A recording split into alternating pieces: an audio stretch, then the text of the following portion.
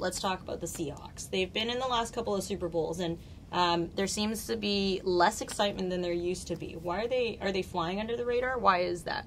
Well, they're flying under the radar everywhere except the Pacific Northwest, and it's just like the national media in the States has finally glommed onto the idea, yes, they're back, yes, they're real, and this, maybe the team that's been in the last 2 Super Bowls and have all their players in their prime, there's a good chance they have an opportunity to get there again. I'm just astonished that they were buried so far in news skets at the start of this season, and now they've been on this winning streak, and it's popped up again, but it's part of the narrative of this team is always been they never get the respect they deserve, and this goes back to the first year, and the Seahawks have worn this like a badge of pride to the point where it actually got boring, but they can now wear it legitimately again, so that's kind of part of the deal. Plus, like all great Vancouverites, I'm going down to the game on Sunday, so I'll be in that line. I'm going down I-5, heading through Bellingham at about 10 o'clock on Sunday morning. And 10 o'clock Sunday night, you'll be getting cheap gas and cheese. But apart from that, you talk about the flying under the radar. I think that they got off to such a bad start.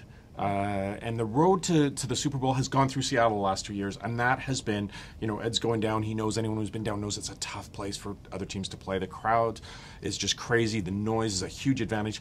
They don't have that this year. They're going to have to go through Carolina and Arizona. So I think that people are sort of looking at those other 2 teams, and it's something different. But the Seahawks, I think, are going to use that as motivation. There's no better team in football right now than Seattle the way they played the last 4 weeks. And there's no better quarterback than Russell Wilson. So I wouldn't write them off. I think that pedigree, that experience from the last 2 years gives them a great shot to get back there. Plus, they play the underdog role, which everyone's always trying to knock them off. Now it's the other way around. Now they can play with a little bit more of that chip. I was at a Canucks game recently, and the season ticket holder sitting next to me, I overheard him saying how he's on the waiting list for Seahawks tickets, but he thinks that he's probably got no chance of getting those season tickets until they start to take a little bit of a nosedive, like maybe we've seen with the Canucks recently. Tickets, do you think that factors into it? People who can't get tickets probably don't get as excited because they're not going to be. Yeah, I'm not so sure about that. Like, if you want to get a ticket, you can get one. It's just the question is how much are you willing to pay for it. But I think you raise a really interesting point. Like with the energy being sucked out of the Canucks this year, people are looking around like, where do we invest? Where do I invest my sports energy? And there's really only one choice in this part of the world right now, and that's the Seahawks. And they're successful. It's a great experience going down there to the games, and it just works on so many levels for Vancouverites, including the cheap gas and the cheese. Yeah, not wine, cheese. You can get some wine too. Fancy American cereal? A big brick Fancy American cereal stuff you can't get here. Absolutely.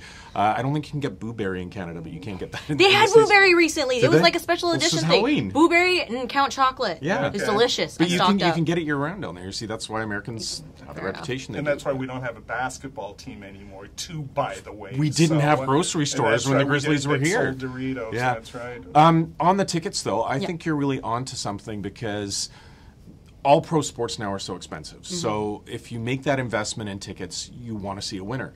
And much like we're seeing with the Canucks, we were being told there's a 10-year waiting list for Canucks season tickets.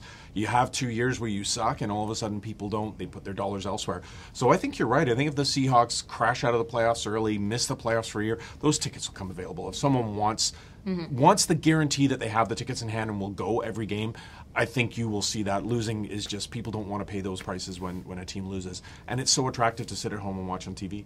I mean, I would urge anyone to go down to Seattle because that in-stadium experience is so good. But honestly, watching a game on TV now with HD TVs, and you don't have to pay for your parking or your $18 beers, you don't have to line up for the Plus you've got wings right in front of you instead of having to get out onto the plaza. That's right, yeah. It's a lot cheaper too, yeah.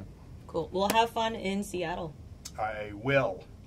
I'm just trying to figure out. I got to bring me back some cheese. Well, no, I got to find a place where I can hide it, though. That's next to the wine. Yeah.